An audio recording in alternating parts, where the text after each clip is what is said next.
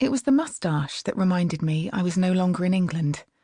A solid grey millipede firmly obscuring the man's upper lip. A village people moustache. A cowboy moustache. The miniature head of a broom that meant business.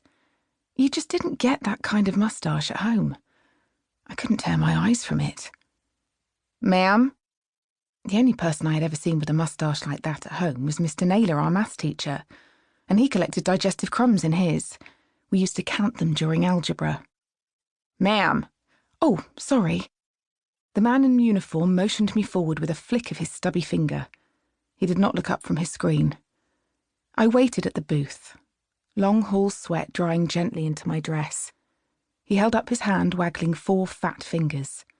This, I grasped after several seconds, was a demand for my passport. "Name." "It's there," I said. "Your name, ma'am?" "Louisa Elizabeth Clark." I peered over the counter, though I never used the Elizabeth bit, because my mum realised after they named me that would make me Lou Lizzie, and if you say that really fast, it sounds like lunacy, though my dad says that's kind of fitting. Not that I'm a lunatic. I mean, you wouldn't want lunatics in your country. My voice bounced nervously off the plexiglass screen. The man looked at me for the first time. He had solid shoulders and a gaze that could pin you like a taser. He did not smile. He waited until my own faded. "Sorry," I said. "People in uniform make me nervous." I glanced behind me at the immigration hall, at the snaking queue that had doubled back on itself so many times it had become an impenetrable, restless sea of people. I think I'm feeling a bit odd from standing in that queue.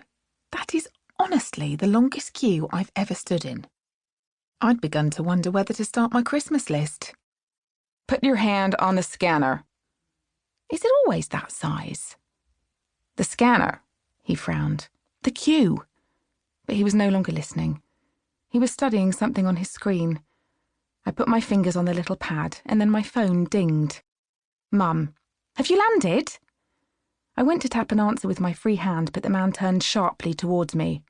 "Ma'am, you're not permitted to use cell phones in this area." "It's just my mum. She wants to know if I'm here." I surreptitiously tried to press the thumbs-up emoji as I slid the phone out of view. "Reason for travel?" "What is that?" came Mum's immediate reply. She had taken to texting like a duck to water, and could now text faster than she could speak, which was basically warp speed. "You know my phone doesn't do the little pictures. Is that an SOS? Louisa, tell me you're okay." "Reasons for travel, ma'am." The moustache twitched with irritation. He added slowly, "What are you doing here in the United States?" "I have a new job." "Which is?"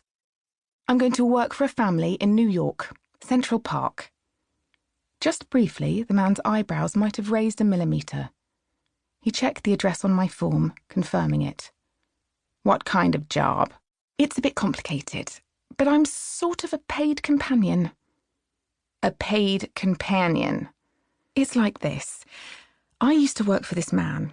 I was his companion, but I would also give him his meds and take him out and feed him.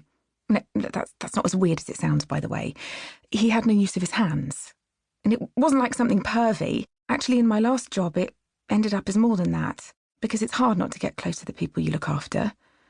And Will, the man, was amazing, and we fell in love."